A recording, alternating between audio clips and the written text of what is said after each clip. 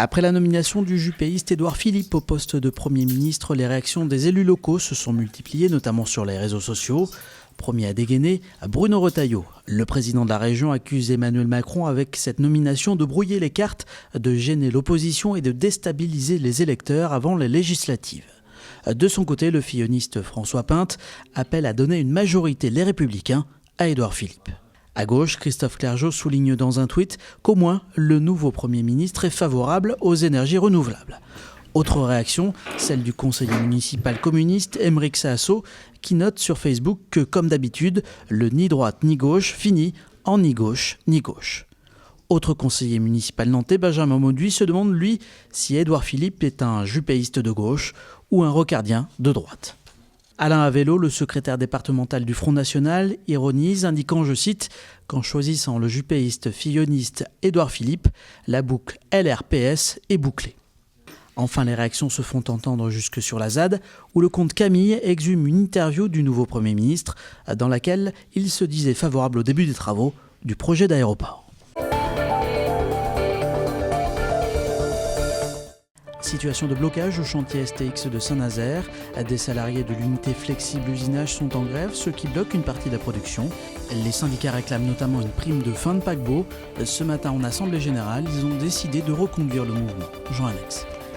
Les chantiers privés de pièces à assembler. Depuis 10 jours, plus aucun élément métallique ne sort de l'unité d'usinage située au tout début de la chaîne de production. Celle-ci pourrait donc être paralysée avant la fin de la semaine. Les grévistes assument. Pour la CGT qui les soutient, la balle est dans le camp de la direction. Je pense que la direction n'a réellement pas pris la mesure de la mobilisation et puis vraiment de l'attente des salariés qui attendaient un geste fort et symbolique de la part de la direction en octroyant cette prime de livraison de navires. Selon les dirigeants d'STX, l'entreprise est incapable financièrement de verser cette prime. En compensation, ils proposent le déblocage de jours de congé acquis par les salariés en 2015, mais gelés par l'accord de compétitivité signé cette année-là. Pour la CGT, le compte n'y est pas. Du côté des autres syndicats, CFE-CGC et la CFDT espèrent que la situation se débloquera rapidement pour ne pas pénaliser les salariés.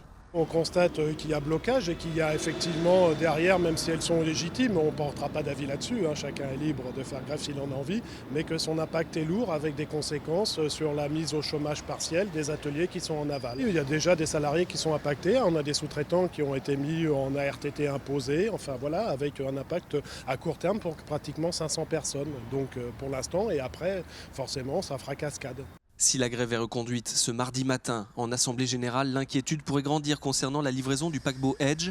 STX accuse déjà un retard d'1 semaine sur son planning. La poursuite de la grève pourrait compliquer le dossier.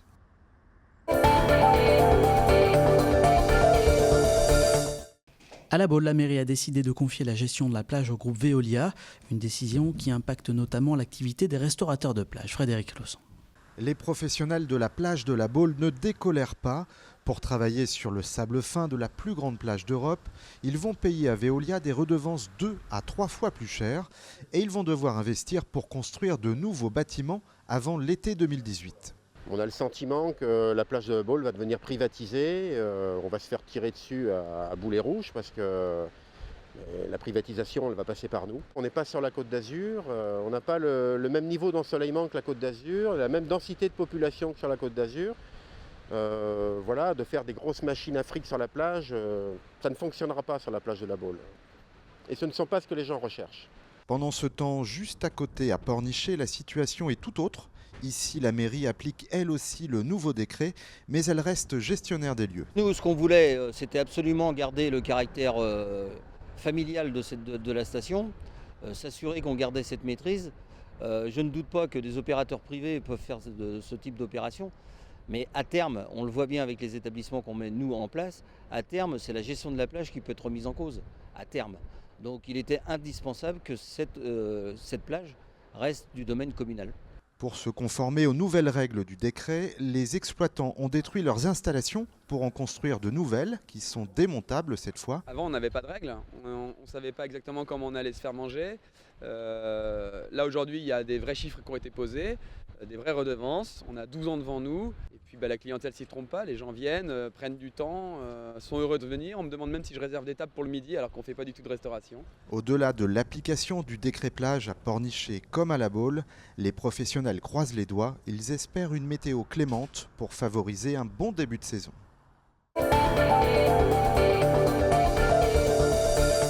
Hier, les abonnés du FC Nantes ont pu démonter et emmener avec eux un des sièges de la Beaujoire. Ces derniers vont être entièrement changés pour la saison prochaine.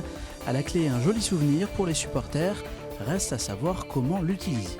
Oh, on va les pimper du coup, on va rester dans le thème et puis soit des sièges de jardin, soit un siège de bar. Monter sur le tracteur.